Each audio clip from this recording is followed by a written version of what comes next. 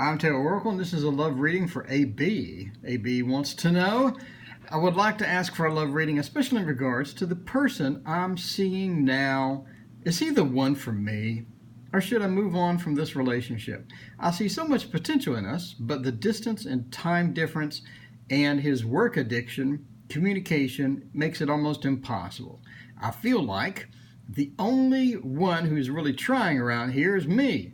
But every time I want to leave, he says we should work it out. Will this ever change? Or should I wait and try to make this work or move on? I'm so torn. All right, AB, we got a reading here. Let's look at what we have. The first thing we have is the Ten of Winter. By the way, here we have our Oracle card. Very interesting Oracle card as well. Sort of shows that torn type feeling here, to where we have this a lot of self-reflection, maybe too much self-reflection. Maybe there's just too much going on as far as self-reflection is concerned, and not a lot of action possibly. So here we go. So we have the Ten of Winter. Definitely this lonely feel as we sort of escape off into the left, which is the void. So if this person is escaping off into the void, being chased around, the 10 is usually not a good card. And here we have the sort of the guy just trying to cover himself with a leaf in order not to be attacked by, I guess, the wolverine or the snow creature or something like that. So that pretty much points to, well, you also have the barbed wire as well. Pretty much points to all directions are bad. So it's one of those things to where there's not really a good direction to go. So he's trying to sort of chasing off into the void over here, but there's not really a good direction in where to go. And that's sort of where you're finding yourself now. There's not this one direction that's going to solve everything. In other words, if you're like, hey, I'm going to work it out with this person, there's no guarantee that that's going to solve everything. It's no guarantee that that's going to work out, because it could be bad in the future. But if you leave, now you're sort of lonely. Now you're trying to look for somebody else. Now you miss them, etc., etc. So there's not really a good direction to go within this framework. And now we have the Nine of Spring, sort of pointing to his, like you said, work addiction, communication, all this other stuff. It looks like there's sort of a sunlight coming in through here. In other words, he has plenty of light. He has everything that he needs to do the work, and he does enjoy the work. This is something that he frames himself with work, right? So you can see from this card, he literally frames himself within the context of work that defines who he is, it defines how he feels, it defines who, what type of emotional connection he's going to make and things like that. He's really satisfied with either the type of work he does or the work, the workmates or coworkers and things like that. So he's very satisfied within there. It's not something to where he goes to work and he hates being there.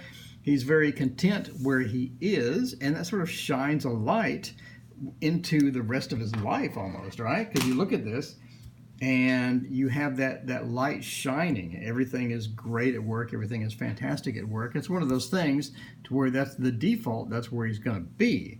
So now we have the Five of Autumn. Sort of points to, the escape mechanism that you're talking about. Just escaping, just going on with your life or moving on with your life and things like that. So this sort of points to one of those things to where if you do escape, there are other possibilities for you.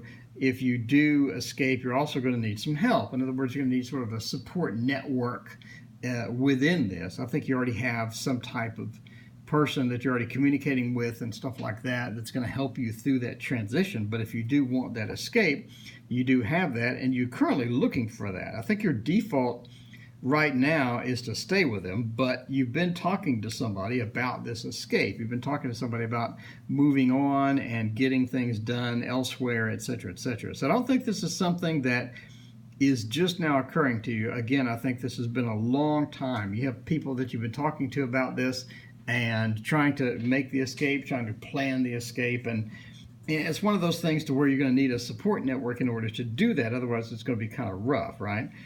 So now we have death. Death indicates a change. So again, this is for entertainment purposes only. Do not take this as advice, but death points me to the end. Death points to the end of something and the beginning of something else. So if you're asking about your question, what do the cards say? The cards say, here we have death, right? This is the next process of that. And death is going to be the ending of something and the beginning of something else. So if you're looking for an answer, as far as should you stay or should you go, death is pointing to you should go, basically. So again, this is not advice. Don't take personal relationship advice from a fat man on YouTube. So I'm just saying that death is pointing you to that aspect of yourself that's wanting to leave. So as far as cards go, this is leaning in that direction. Now, it does look like that you will be looking for another partner for a while. So you do have a dry spell if you do choose the death change and the movement from the relationship into another one. It looks like you're going to have a dry spell. It's going to be a spell to where you're looking for another person. It's not going to be something to where you can jump out and then go immediately into another relationship. I don't think that's going to be something that's going to work out for you. I think that you're going to be looking for a while, so you do have a dry spell. So if you're not ready for a dry spell, maybe you shouldn't choose this. So again, the cards say that you do have a dry spell coming if you choose that route, but either way you can go. The cards are pretty clear as to which choices you make. But again, if you choose that particular option, just remember again that you're going to need somebody to help along, or you're going to need somebody to assist, somebody that's going to be there for a support network, because that probably the support network is required because of that you're looking for a while. It's not going to be an easy transition at all, and it's going to be something to, again, where you're looking for a while and you're going to need a support network during that time period. So if you don't have the support network set up, probably not the best option. If you want to, but either way, again, we're back to the first card where there's not really an easy choice. There's not really an easy way out. You know, there's not a way to force him not to enjoy work. There's not a way to make him get out of that spotlight, that sunlight, and all the work stuff he loves to do and all that environment. There's not a way to get him out of it. So it looks like that you have multiple choices here, but the choices from the cards seem clear. So use your own best judgment and make your own choice. And that is my reading for AB. If you would like a tarot reading, please email me at the email address in the description down there, and I will get to you in a few weeks. Thank you so much for watching, and please hit like and subscribe.